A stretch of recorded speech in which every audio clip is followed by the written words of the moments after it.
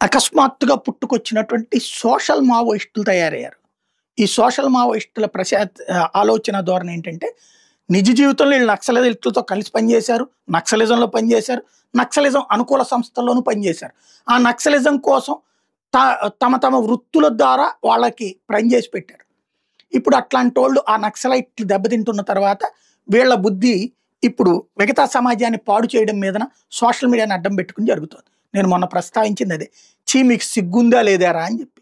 ఏంటయ్యా అంటే, ఏదైతే పాకిస్తాన్ దాని మీద అమెరికా ఇచ్చిన నివేదికని వీళ్ళు ఎండార్స్ చేస్తూ మోడీ 56 అడుగుల ఛాతీ ఏంటి అన్నారు అన్నటువంటిది.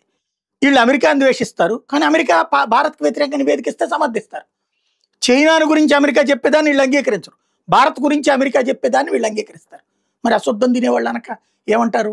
ఇది ఎందుకు అంటున్నానంటే, ఒక ఆయన పెద్ద కామెంట్ పెట్టాడు, చక్కగా డీటెయిల్గా బాగుంది, అందుకనే చెప్తున్నా. మళ్ళీ ఆ కామెంట్ కింద నేను రాసి ఇదంతా ఎందుకని చెప్పేసి నేను పెట్టింది ఏంటంటే, మేము అశుద్ధం తినేది నిజమైతే అనుకుందాము, కానీ పాకిస్తాన్ మీద యుద్ధం 3 రోజులు ఎందుకు ఆపేసింది భారతదేశం, మోడీ ఎందుకు ఆపేశాడు ఓడిపోకపోతే అన్నటువంటి.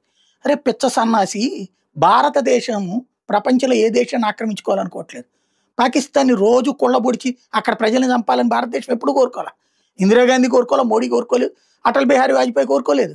ఎందుకంటే ఆ దేశాన్ని ఆక్రమించుకున్నాక వాళ్ళని పోషించాలి. వాడికి మన దేశం మీద ఎప్పుడు రివర్స్ ఉంటారు, నీలాగానే ఉంటారు. నీలాంటి దరిద్రులు ఇంకో 1,00,000 మందిని ఇంకో 1,00,00,000 మందిని తెచ్చి నెత్తినెట్టుకుని ఏం చేయాలా? మా అందరి సొమ్ము తీసుకెళ్ళి నీలాంటి దరిద్రులను ఎట్లా పోషిస్తున్నారు, రేపు పొద్దున వాళ్ళని కూడా పోషించాలి. తిరోజు వస్తాళ్ళేమో 24 గంటలు దేశం మీద ద్వేషిస్తుంటారు. కాబట్టి మనం ఏం ఆక్రమించుకోవాలనుకోవట్లా. పాకిస్తాన్ మన మీదకి వచ్చింది, పాకిస్తాన్లో వచ్చినటువంటి తీవ్రవాదులు మన మీదకి వచ్చారు, వాళ్ళకి బుద్ధి చెప్పారు, వాళ్ళకు అనుకూలంగా పాకిస్తాన్ ప్రభుత్వం వచ్చింది, చాచి 4 కొడితే తెల్ల జెండా ఎగరేసింది. సరే పోండిరా అన్నాం. ఇది సింపుల్, ఇది యుద్ధ నీతి. యుద్ధం అంటే చచ్చేదాకా నాశనం కావడం కాదు. మీ రష్యా అట్టాగే నాశనమైంది, యుఎస్ఎస్ఆర్ మొక్కలయ్యి ఉట్టి రష్యాగా మిగిలింది అట్టాగే, ఏళ్ల తరబడి ఆఫ్ఘనిస్తాన్తో తన్నుకుని.